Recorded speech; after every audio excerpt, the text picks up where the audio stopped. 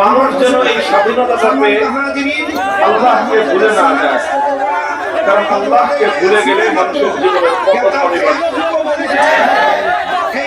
তো মানুষ যেন এই পতন গহ্বরে পরিণত না হয়, বরং মানুষ যেন আল্লাহকে স্মরণে রেখে তার চিরস্থায়ী জীবনে আল্লাহকে ভুলে গিয়ে সে যেন আবার পুরস্কৃত হতে পারে, এই মহান উদ্দেশ্যে আল্লাহ পাক রব্বুল আলামিন আম্বিয়া ইকরাম আলাইহিস সালাম নবীগণকে আল্লাহ পাঠিয়েছেন। এবং আমাদের সর্বশেষ নবী আখেরি নবী হযরত মুহাম্মদ রাসূলুল্লাহ সাল্লাল্লাহু আলাইহি ওয়াসাল্লামের যে আগমনের উদ্দেশ্য আল্লাহ পাক কোরআনে আয়াতে বর্ণনা করেছেন। তার মধ্যে এই মৌলিক কথাটা আমাদের জামিয়া ওয়াল্লাযী বা'আসা বিল-উম্মিয়্যিন রাসূলান মিনহুম ইয়াতলু আলাইহিম আয়াতিহি ওয়া ইউযাক্কিহিম ওয়া ইউ'আল্লিমুহুমুল কিতাবা ওয়াল হিকমা ওয়া ইন কানূ মিন ফি দালালিন আল্লাহ পাক রব্বুল আলামিন কোরআনে পাকের দুই জায়গায় মাইকের কাছে মানুষটা একটু চাপান জানা সূরা আলে ইমরানের মধ্যে আল্লাহ পাক রব্বুল আলামিন কাছাকাছি একই শব্দে নবীর আগমনের উদ্দেশ্য বর্ণনা করেছেন এবং নবীর কাজ কিভাবে নবী বলা কাজ, সেই নবী বলা চারটা কাজের কথা একটার পর একটার পরে কয়টা কাজ, এই সব কাজ আল্লাহ কোরআনে কেন্দ্র করে এরপরে ভিতর থেকে আছে আমাদেরকে নসিহত করবেন। তো গরু যত নমস্কারের জন্য এলাকা সেন্ট্রাল পয়েন্ট করবেন। ঠিক এরকম ভাবে রাসূল আকরাম সাল্লাল্লাহু আলাইহি ওয়াসাল্লাম দিয়েছেন। এক নম্বর দায়িত্ব হলো ইয়াতলু আলাইহিম আয়াতিহি। আমাদের মুসলিম এক নম্বর কাজ হলো পৃথিবীর মানুষকে কোরআন পাকের তেলাওয়াত শোনানো, শুধু তেলাওয়াত শোনানো। কোরআন পাকের তেলাওয়াত এটা এমন একটা প্রধান জিনিস, এই তেলাওয়াত হৃদয়ে আঘাত করে কোন মানুষের কর্ণকুহরে যদি কোরআনের তেলাওয়াত পৌঁছে যায়, এই কোরআন মানুষের হৃদয়ে দুয়ারগুলো খুলে দিবে।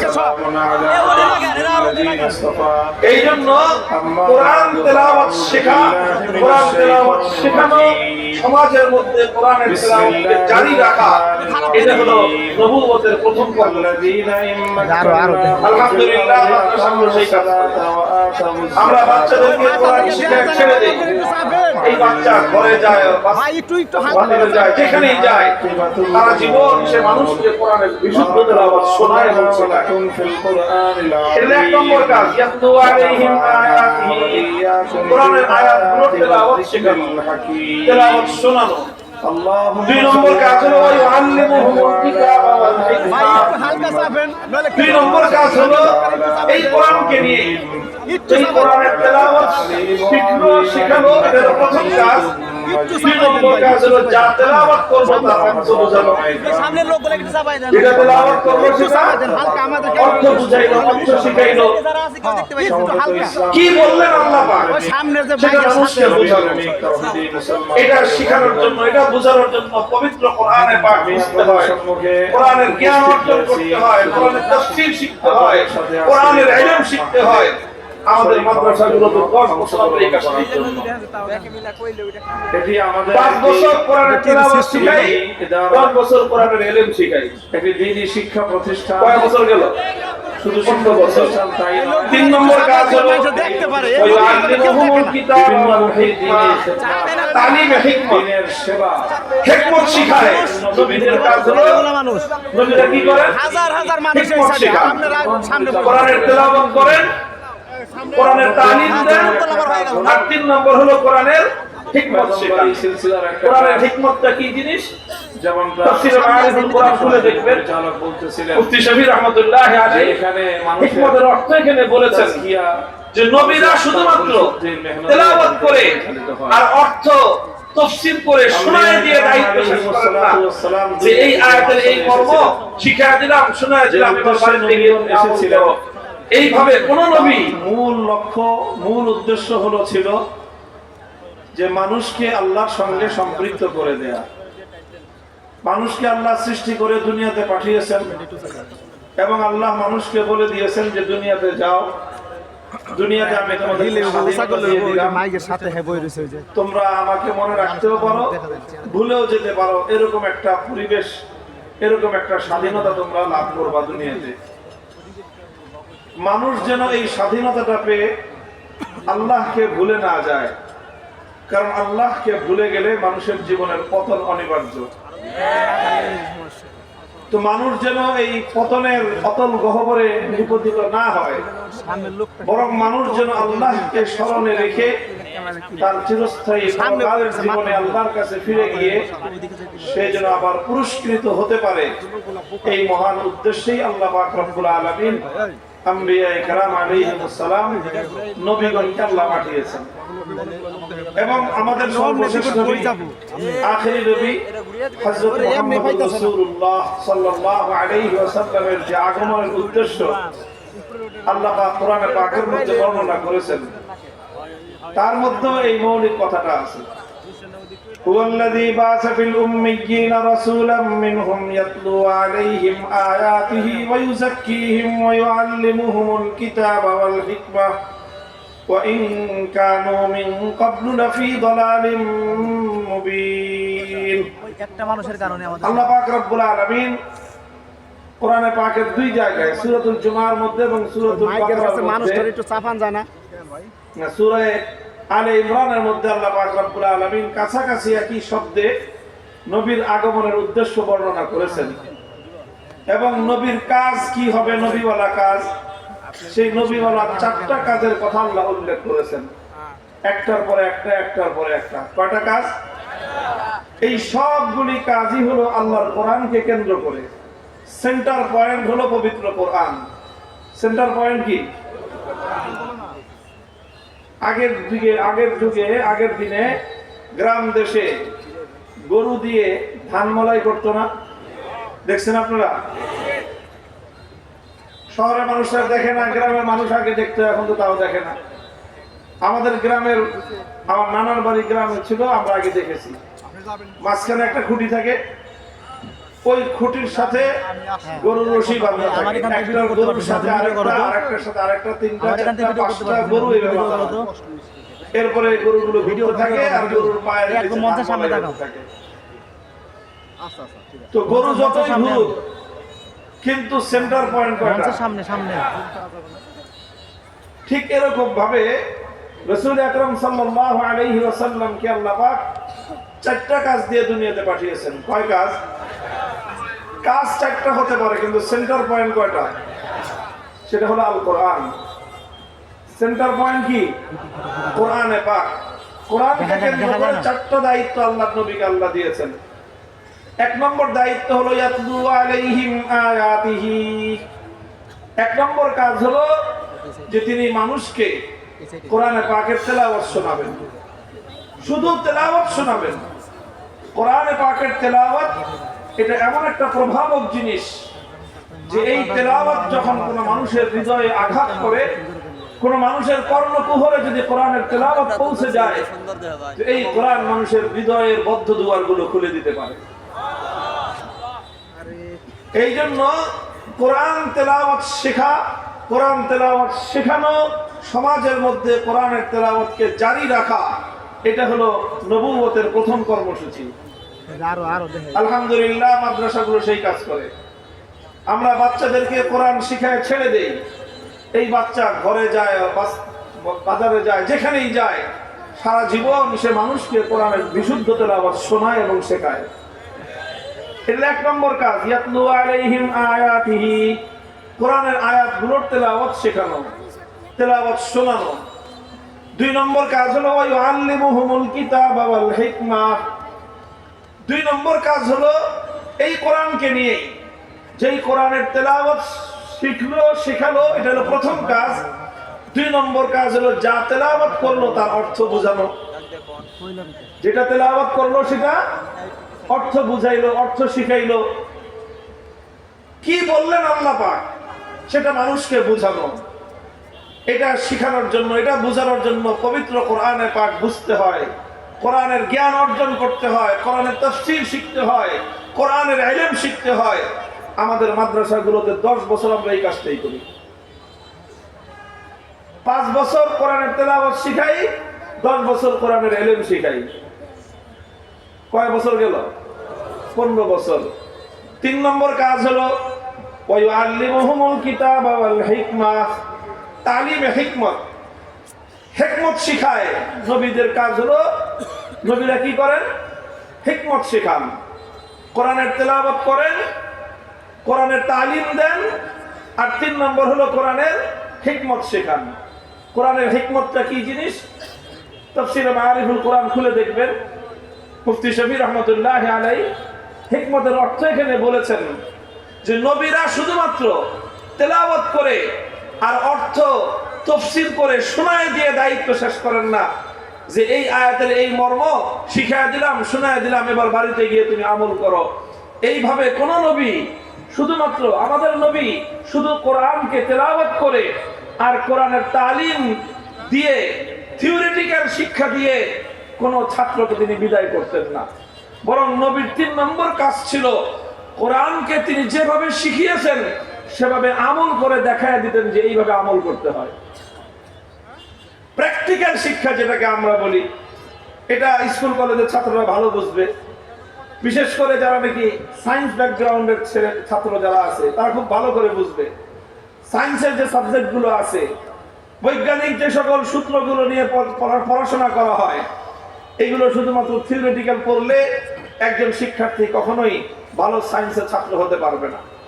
একজন ডাক্তার শুধুমাত্র বই পড়ে ডাক্তার হতে পারে না।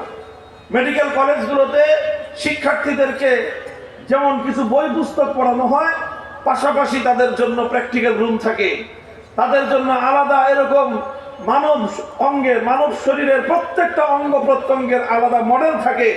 সেই মডেলগুলোকে সামনে রেখে ডাক্তাররা ছাত্রদেরকে হাতে কলমে শেখায়, এইভাবে অপারেশন করতে হয়, এইভাবে কাটতে হয়, এইভাবে সেলাই দিতে হয়, সব কিছু হাতে কলমে শেখায়।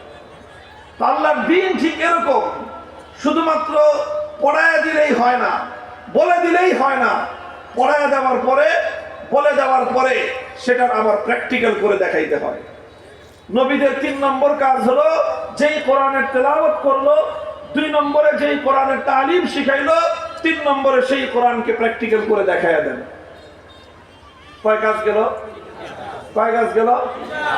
কোরআনে পাকের তেলাওয়াত হলো আকিমুস সালাত, আল্লাহর নবী বললেন যে সালাত কায়েম করতে হবে। তেলাওয়াত হলো সালাতের অর্থ বুঝাইলেন যে সালাতের অর্থ কি। এখানে সালাত এখানে অর্থ রহমত নয়, সালাত এখানে অর্থ দোয়া নয়, বরং সালাত এখানে অর্থ হলো নামাজ পড়া। শুধু বলে দিয়ে শেষ করেন নাই, 3 নম্বর দায়িত্ব তিনি পালন করেছেন। বলছেন সাল্লু কামা রাআইতুমুনি উসাল্লি।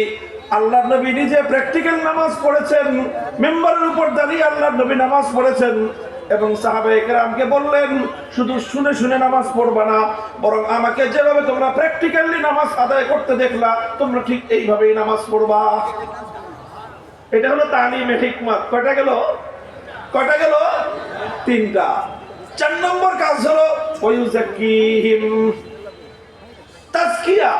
তাজকিয়ার অর্থ হলো যেই কোরআনের তেলাওয়াত হয়েছে, যেই কোরআনের অর্থ বুঝেছে, যেই কোরআনকে প্র্যাকটিক্যাল কাজের মাধ্যমে বাস্তবায়ন করেছে, তাজকিয়ার অর্থ হলো সেই কোরআনকে শুধুমাত্র 1টা 2টা কাজের মাধ্যমে বাস্তবায়ন করলে দায়িত্ব ক্ষান্ত হবে না, বরং একটা মানুষের চরিত্র এবং আখলাকের মধ্যে সেই কোরআনকে বাস্তবায়ন করতে হবে।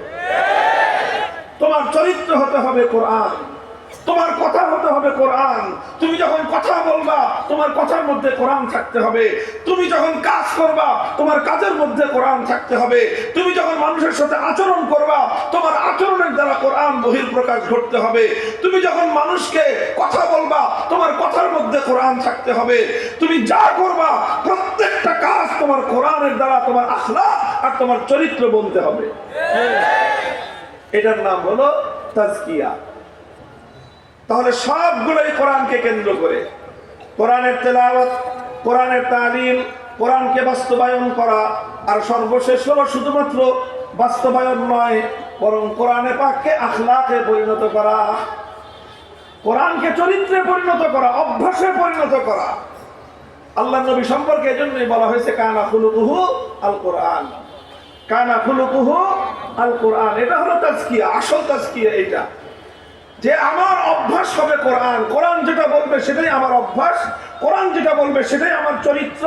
আমি দিনের দুশ্মনের সঙ্গে আমার আচরণ কেমন হবে, কোরআন যেটা বলবে সেটাই হবে আমার দুশ্মনের সঙ্গে চরিত্র। আল্লাহর দিনের দুশ্মন যে, তার সঙ্গে আমার কি চরিত্র হবে, আল্লাহর যে দোস্ত তার সঙ্গে আমার কি আচরণ হবে, কোরআন যা বলবে সেটাই হবে আমার আচরণ। আশিদ্দাউ আলাল কুফফারি রুহামাউ বাইনাহুম। তুমি যদি আমার দ্বীনের বিপক্ষে দাঁড়িয়ে যাও, তুমি যে হও না কেন, আমার চেয়ে তোমার বড় দুশমন কেউ নাই। তুমি যদি দ্বীনের পক্ষে হও, আল্লাহর পক্ষে হও, ব্যক্তিগত রেষারেষি থাকতে পারে, দ্বীনের প্রশ্নে তোমার চেয়ে আমার চেয়ে তোমার বড় বন্ধু কেউ নাই। এটাই হলো ইসলামের সূত্র। কথা বুঝে আসছে আপনাদের? মনে থাকবে কথা? আল্লাহ পাক বুঝার তৌফিক দান করেন। এই মাদ্রাসাটা যেভাবে তারা কথা বললেন যে তারা তাজকিয়ার কাজও করেন, তাজকিয়ার কাজের অর্থ শুধুমাত্র একটা আক্ষরিক অর্থে খানকা বানানো নয়। তাজকিয়ার অর্থ হলো যে প্রতিটা ছাত্রকে, প্রতিজন শিক্ষার্থীকে এবং প্রতিজন মুসলিমকে, অন্তত যারা আপনাদের কাছে আসবে তাদের চরিত্র যেন কোরআন অনুযায়ী গঠিত হয় সেই চেষ্টা করা। মুহতারাম হাজিরিন, এই কোরআনী চরিত্র বাস্তবায়ন করতে গিয়ে, এই কোরআনের এক একটা বিধানকে আল্লাহর জমিনে বাস্তবায়ন করতে গিয়ে অনেক বন্ধুদেরকে শত্রুতে পরিণত করতে হয়। আমরা তখন দুইবার ভাববো না যে অমুকে তো আমার সাথে তার খাতির ছিল, অমুকের সঙ্গে তো আমার আত্মীয়তার সম্পর্ক ছিল, অমুকে তো আমার বন্ধু ছিল, অমুকের সাথে তো আমার ব্যবসা বাণিজ্যের সম্পর্ক আছে, অমুকের সাথে তো আমার অর্থনৈতিক স্বার্থ জড়িত আছে। আল্লাহর কসম খেয়ে বলি, তুমি যখন আল্লাহর জন্য, আল্লাহর দ্বীনের জন্য দুনিয়ার সমস্ত সম্পর্ক ছিন্ন করতে পারবা, তখনই তুমি ঈমানদার। এই জন্য দেখবেন আমাদের কথা কিন্তু পরিষ্কার, সবার সাথেই পরিষ্কার। আমরা কারো চেহারা দেখে সম্পর্ক করি না, কারো চেহারা দেখে সম্পর্ক ভাঙিও না। তোমরা যারা কোরআনের বিপক্ষে দাঁড়াবা, তোমরা আমাদের জানের দুশমন। হতে পারো তুমি আমার এক মায়ের পেটের ভাই, হতে পারো তুমি আমার খালাতো ভাই, মামাতো ভাই। পরিষ্কার কথা। এই আওয়ামী লীগের লোকেরাও শুনে রাখেন, আপনাদের সঙ্গে আমাদের আর কোনো বিরোধ নাই। বিরোধ একটাই, সেটা হলো আপনাদের নেতারা, নেত্রীরা, আলেম ওলামাদেরকে নির্বিঘ্নে আল্লাহর কোরআনের কথা বলতে দিত না। আল্লাহর কোরআনের কথা আমাদের কাছ থেকে তারা শুনতে বরদাস্ত করত না। আমাদেরকে মারো, আমাদেরকে আঘাত করো, আমরা তেমন কিছু বলবো না, কিন্তু যখনই আল্লাহর কোরআনের কথা বলতে বাধা দিবা, তোমাদের সঙ্গে যুদ্ধ হবে।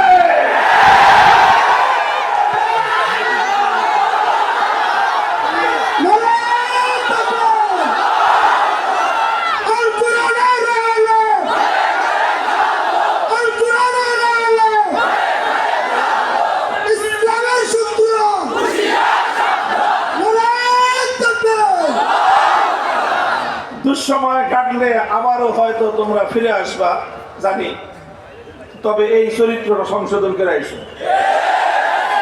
খবরদার, ওলামায়ে কেরামের সঙ্গে আলেমরা যে কথাটা বলবেন, তোমার শুধু একটাই যাচাই করার আছে, অধিকার আছে, সেটা হুজুররা যেটা বলতেছে সেটা কোরআন হাদিস অনুযায়ী ঠিক আছে কিনা।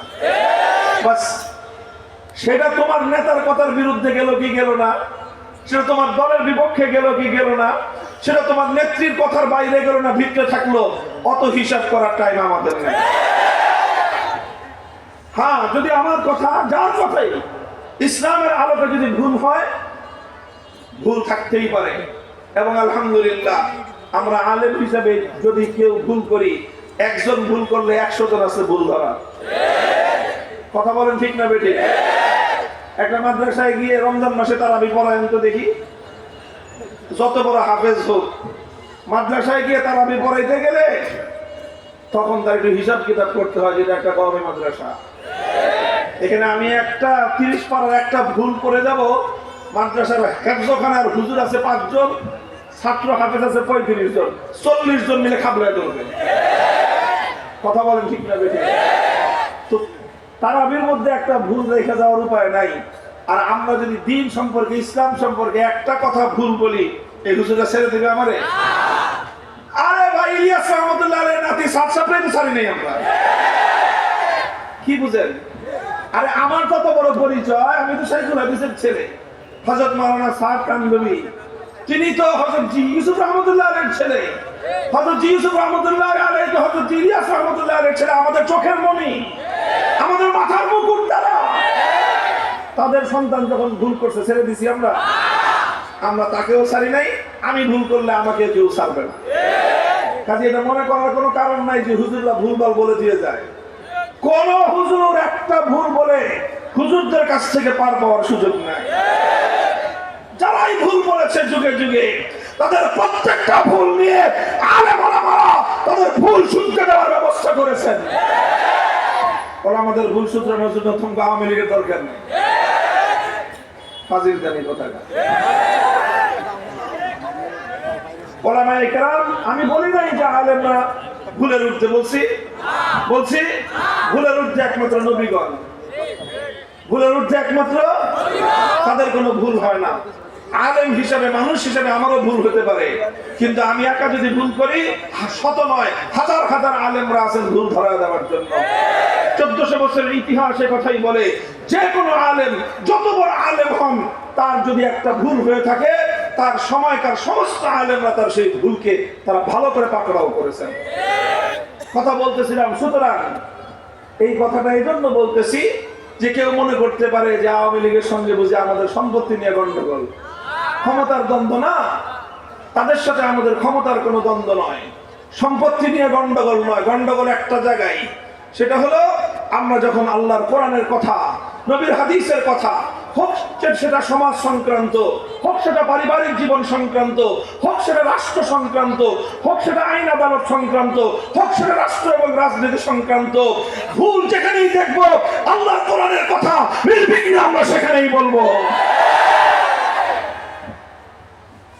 আমাদের ভুল যদি আমরাও ভুল করতে পারি, আমাদের ভুল ধরার জন্য এক হুজুর ভুল করলে লক্ষ হুজুর জিন্দা আছে ভুল ধরার জন্য, তোমাদের ভুল ধরতে হবে না। আর যদি হুজুর আমরা ভুল ধরতে চাই, তাহলে 14 বছর আগে কোরআন হাদিস পড়ে আসো, আমাদের কোনো আপত্তি নাই। তোমার বাবা আওয়ামী লীগ করে না, বিএনপি করে, আমরা কোনোদিন পরিচয় জানবো না, জানবো তুমি কোরআন হাদিসের ইলম অর্জন করেছো কিনা। তুমি আমার ভুল ধরবা, আমি 30 বছর ধরে বুখারী শরীফ স্টাডি করি না করাই, 12 বছর নিজে পড়াশোনা করেছি, আর এরপর আজকে 30 বছর হয়েছে, 1995 সাল থেকে 2024 সাল, কত বছর? 30 বছর হয়েছে। আল্লাহ পাক রব্বুল আলামিন হাদিসের খেদমত করার তৌফিক দিয়েছেন। তো 30 বছর আমি বুখারী শরীফ পড়াই, আর তুমি পেশাব করে পানি নাও না, তুমি এসে আমার হাদিসের ভুল ধরবা?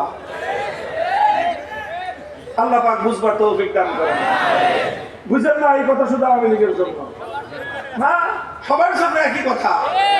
বিএনপি আলারা যদি মনে করেন যে হুজুর খালি আওয়ামী লীগের বিরুদ্ধে, আমরা আওয়ামী লীগের বিরুদ্ধেও না, বিএনপির পক্ষেও না। যদি আল্লাহর কোরআনের পক্ষে যদি কেউ থাকে, আমরা তার পক্ষে, কোরআনের বিপক্ষে, ওলামায়ে কেরামের বিরুদ্ধে